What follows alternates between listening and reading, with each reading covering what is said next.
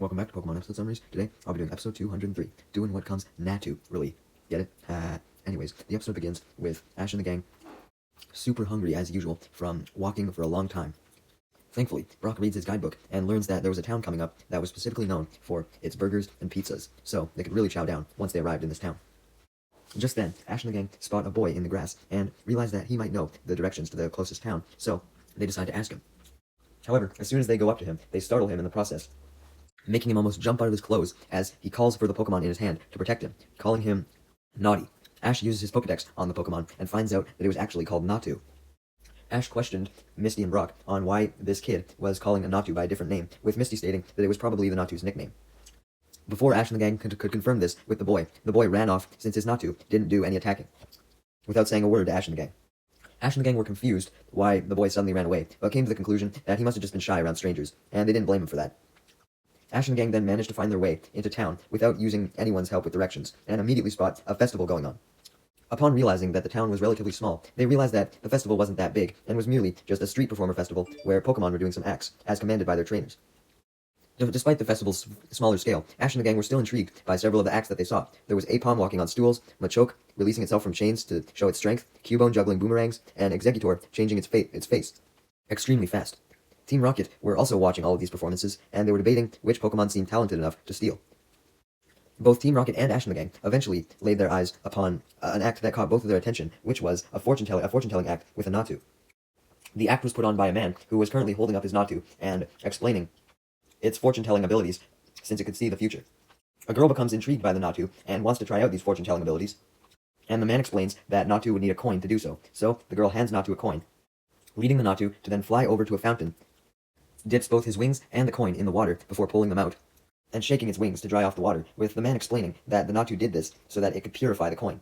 The Natu then flies over to 3 rocks arranged in a triangle formation and hops across them, after which the man explains that this was all so that Natu could see the future, as he then commands Natu to finish off this ritual by flying over to a box with a bell over top of it, and he then rings this bell and places the coin inside the box, before clapping its wings and using the move Future Sight to see the girl's future. The Future Sight also causes a fortune scroll to appear, and the Natu then delivers this scroll to the girl, who reads it, with the man explaining that whatever appeared on the scroll was destined to happen in the girl's future. The scroll states, "A flower will bloom in the light," and the girl hurriedly runs off to show the scroll to her mother, who interprets the saying as if her daughter was going to do good in her upcoming dance recital, in which she had to perform some music as well, at school. Now, I don't know why this was, like, did you perform under lights or something? I don't know why she assumed that this saying would mean that her daughter would do good at a dance recital, but oh well. The girl is happy with this, and thanks the man and the Natu before going off with her mother. As for Team Rocket, who had just observed this whole act, they came to the conclusion that they were going to steal Natu, as well as a lot of other Pokemon from the festival, even the ones that didn't seem that interesting. As for Ash and the gang, they were amazed by Natu's fortune-telling abilities, especially Misty, to the point where Misty decided to have her fortune told. So she went up to the man and his Natu and requested, leading the man to reveal that he wasn't the only one doing the Natu act, but he was trying to get his son involved as well. So he called up his son, who he called Mackenzie, and his Natu. Yeah, that's right, his son had a Natu of his own, and this Natu was one that Ash and the gang had actually seen before, as they recognized the man's son Mackenzie as the boy that had run away from them earlier. Not just because he looked familiar, but also because he was as shy and nervous as he was when they first encountered him. He was so nervous that he was blushing, but he started off trying to please his father with, "Ladies and gentlemen, welcome," only for his father to inform him that he didn't need to say anything like that, since he had already given an introduction. Mackenzie then explains what Natu was capable of, only for his father to reveal that he had already said that as well, so there was no need for him to say that either. The still nervous Mackenzie decides to skip the talking part and just go straight into having Natu see the future, as he tells Natu to purify the coin and read Misty's future, only to realize that due to how nervous he was, he forgot to even ask Misty to give him a coin to use in the first place. Mackenzie gets extremely embarrassed by this, leading his father to take action and tell him that he would take over the show from here. Knowing that he no longer had to stick around and potentially embarrass himself even further, Mackenzie took the opportunity to run off. Ash and the gang notice that Mackenzie obviously seemed distressed, so they get worried for him and run after him and eventually find him in a park. When Ash and the gang find Mackenzie, he was talking to his Natu Naughty, explaining that the reason why he always got upset and ran away was because he was nervous. He was so deep in conversation with his Natu that when Ash and the gang greeted him, they accidentally scared him once again, although thankfully he didn't run off this time and merely fell over. Ash and the gang then questioned Mackenzie on why he always ran away, leading Mackenzie to reveal to them what he had just told his Natu, which was that he got really nervous when he was about to do performances, because he got anxious around crowds. He further explained that he was even more nervous because he felt pressure to become as good as a performer as his father, which ironically just meant that he was having a harder time becoming as good as his father, since he got more nervous. Mackenzie's explanation leads Ash and the gang to decide to help Mackenzie become a better performer and hopefully be able to overcome his nerves, as Misty suggests that he wear a mask to hide his face. So that way he would be less worried about people judging him. Mackenzie likes the idea, so Misty gives him a Whooper mask that she somehow acquired, and he immediately gains more confidence and decides to do some training with his Natu, being a practice performance in which Natu would view the future in front of Ash and the gang. The performance was going good, and Mackenzie was saying everything properly and doing everything properly. However, everything then came crashing down as Natu failed to use Future Sight properly. He was able to say everything correctly and everything, but he couldn't get Natu to reveal anyone's future, even when Misty gave him a coin. And he repeated the same process that his father did. Brock revealed that the reason why the Future Sight wasn't working properly was because it wasn't powerful enough, and told Mackenzie that if he wanted the Future Sight to become more powerful, then his Natu himself would have to become more powerful by leveling up and gaining more experience. Ash knew that battling was the main way for a Pokemon to gain experience, and he wanted to battle the Natu anyways, so he suggested that he battle Mackenzie and his Natu so that Natu could become stronger, and therefore strengthen his Future Sight. However, Mackenzie declined Ash's want to battle, as Mackenzie was worried that he would lose and therefore embarrass himself even more. Brock suggested that maybe Mackenzie should just wear the Whooper mask while he battles as well, and see if that gives him more confidence during battle. And as Mackenzie debated whether Brock was right or not, he took off his mask to look at it, and realized that it looked kind of fucking ridiculous, and came to the conclusion that if he ended up wearing the mask during his performance, then people might laugh at him. So this just made him extremely nervous to perform once again. So now, not only was he afraid to battle with his Natu, but he was back to square one, as he was no longer confident about being able to perform. Just then, though, it was revealed that Mackenzie's father had followed Ash and the gang, and had been listening to everything that his son had been saying, and reassured him that Mackenzie wearing the mask while performing could actually make the performance more interesting and excite the audience. Becoming convinced by what his father just said, Mackenzie then agrees to do a live performance in front of a whole crowd, as it was now time for his father's next performance, and his father wanted him to take his place. Meanwhile, back at the festival in town, Jesse and James were now walking around the festival, separated, trying to look for Pokemon to steal, as they were debating which ones to steal first, as they couldn't steal the Natu first, since, Mackenzie and his father currently were out of town, as Mackenzie had run to the park. Suddenly, none other than a goddamn Magikarp falls on him, knocking him down to the ground, leading a man to walk up to him and apologize, explaining that the Magikarp was his, but he was looking to sell it anyways. He tries to entice James to buy his Magikarp by saying that Magikarp lay 1,000 eggs, and each one of those hatched Magikarp lay 1,000 more eggs, stating that with so many Magikarp, James could do wonderful things with them.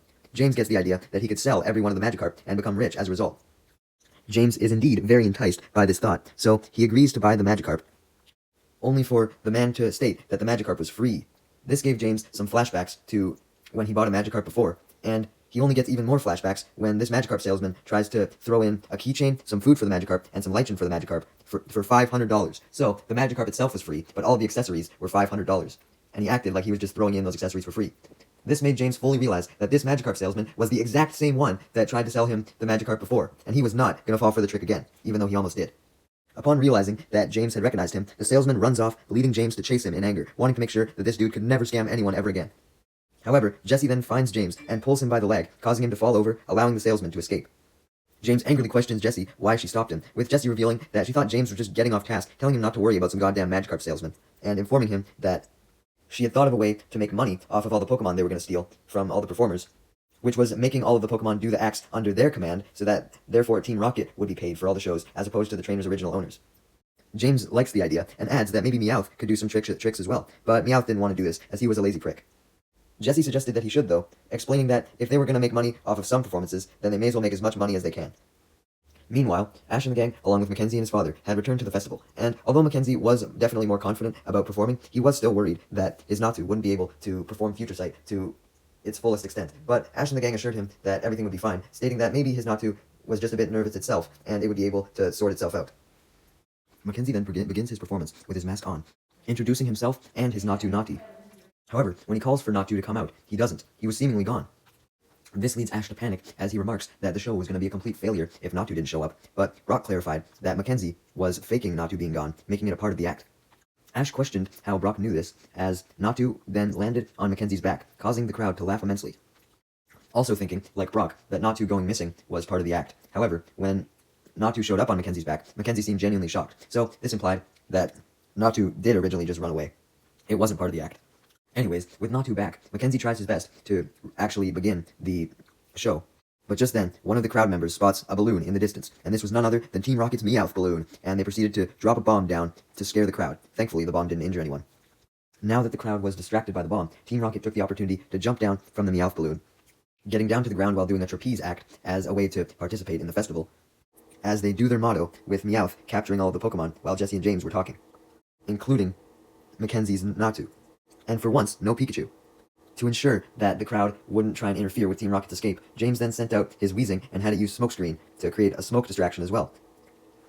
Misty notices the smoke and sends out her Poliwhirl to use Water Gun, and it manages to get rid of the smoke, but by the time the smoke was gone, Team Rocket was also gone, having escaped in their Meowth balloon.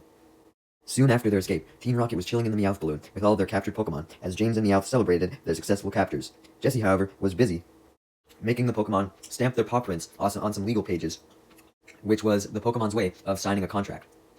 James and Meowth questioned why Jessie was making the Pokemon sign fucking contracts, with Jessie revealing that she was forcing them to sign off on agreeing to becoming their Pokemon for show business purposes, and also agreeing that despite the Pokemon doing most of the work, Team Rocket would still get 90% of all the profits. James was instantly okay with Jessie making the Pokemon sign contracts when he started to daydream about what he could buy with all of that money, such as a lifetime supply of Cup Ramen and instant yakisoba. James is so hyped to get this food that he orders all of the Pokemon to begin practicing for their shows. However, Machoke obviously didn't sign the contract, as it didn't want to do a show, as it proceeded to break out of the ropes that Team Rocket had tied it in, and instantly runs away. Now, you may wonder how Machoke was able to run away when Team Rocket was in the Meowth balloon, but that's because the Meowth balloon was currently landed just by the festival, because Team Rocket decided to land when they were debating what to do with the Pokemon. But they were going up in the sky now, as they didn't think that they needed Machoke at all. They were just going to let it run away, because they already had plenty of other Pokemon that they could use for shows. Just as Team Rocket was taking off, though, Machoke had returned to the festival grounds, where Ash, Misty, Brock, Mackenzie, and several of the festival goers had assembled a search party to look for all the missing Pokemon. When Machoke came running up to its trainer, it pointed to Team Rocket's Meowth balloon in the distance, which now had a huge net hanging from it, as Team Rocket had since put all of the Pokemon in a net so that they couldn't try and escape. Because even though they weren't intimidated by Machoke escaping, they didn't want it to happen to anyone else. Unfortunately, this net wouldn't be enough to withhold all the Pokemon for long, because as soon as Ash spotted the Meowth balloon, he sent out his Bayleaf to cut the net with Razor Leaf, as the leaves managed to reach the net and free all the Pokemon, allowing all of the stolen Pokemon to walk back to their trainers after falling to the ground. All of them, except for Mackenzie's Natu, as since Team Rocket viewed Mackenzie's Natu as especially valuable due to its fortune-telling, they had kept it in a separate cage, so when the net was destroyed, Natu was still in its cage. This obviously makes Mackenzie panic immensely, as Team Rocket was still getting away in their Meowth balloon. So, Ash simply had Bayleaf use Razor Leaf yet again, and this time she hit the entire balloon, sending it crashing down in a local kindergarten. Why was there a kindergarten that close to the festival grounds? I don't know, but Ash and the gang and Mackenzie ran to where the balloon crashed, and Mackenzie instantly grabbed Natu's cage and freed him from it. Upon seeing this, Team Rocket were determined to get Natu back from Mackenzie. So, Jessie sent out her Arbok, and James sent out his Victory Bell. By this point, all the kindergartners and their teacher had walked out, with the teacher eager to show all the kids a real-life Pokemon battle. Yeah, that's right. I get why the kids wouldn't be able to help, but the teacher wasn't planning to help Team Rocket be stopped in any way, shape, or form. So, it was up to Natu to defend itself, as it teleported behind Arbok, catching it off guard, therefore being able to peck it. After Victory Bell had finished eating James, it went to go tackle Natu, so Natu was caught off guard himself. But before he got hit, Ash decided to jump in and help out Natu by having his Bayleaf use Razor Leaf, which knocked out Victory Bell in one hit, leaving just Arbok left. So Natu stepped up for itself once again and used Confuse Ray on Arbok, thanks to Mackenzie's command, and this caused Arbok to go over to Jessie and James, about to attack them due to being confused on who its actual allies were now. But before Arbok could even get an attack on Jessie and James, Bayleaf then kicked the unconscious Victory Bell onto Arbok to get them tangled up with each other. With both Arbok and Weezing down, Pikachu was able to focus all of its efforts on Team Rocket themselves as he sent them blasting off with a Thunderbolt. Brock then runs up to the kindergartners and their teacher to make sure they were okay, and apologizes for Team Rocket's actions, confessing that it was technically because of Ash and the gang that Team Rocket ended up there in the first place, since they had to send them down to rescue their Pokemon, which had been stolen from the festival. The teacher forgives Ash and the gang, but admits that she was planning to take all her kindergartners for a field trip to the festival so they could see all the Pokemon, but the festival was too far for them to walk there, so they decided not to go. So, because of this, she asked if an act from the festival could be brought to her school for her kids to see as payment for Team Rocket's interruption. Mackenzie's dad, along with some of the other performers, had arrived at the kindergarten at this point, and Mackenzie's dad urged his son to be the one to put on a show for the kindergartners, since he never got to do one beforehand. Mackenzie was still a little hesitant, but he decided to put on the show, since he realized that since Natu had battled a bit against Arbok and Victory Bell, it may have grown strong enough to be able to use its future sight properly. So, the performance began as Mackenzie introduced himself and his Natu to all of the kids, and informed the kids that Natu could see the future, and he was going to read their fortunes. Mackenzie, still with his Wooper mask on due to being shy, was able to make his Natu successfully shake the bell and clap its wings, and use future sight to get a fortune scroll. All of the kindergartners are absolutely amazed by this, and begin to applaud immensely, and this makes Mackenzie way more confident to do more shows, knowing that there was people that enjoyed them, and he becomes so confident that he immediately takes off his Wooper mask, now no longer being super shy. Yay! Mackenzie's father was immensely impressed by the growth that his son had showed in such a short amount of time. And he and his son Mackenzie thanked Ash and the gang for all of their help with helping Mackenzie come out of his shell by helping him practice, leaving Ash and the gang with the lesson that practice was extremely important for both Pokemon and humans. The episode then ends as Ash and the gang say goodbye to Mackenzie and his father and continue on their journey to Olivine City.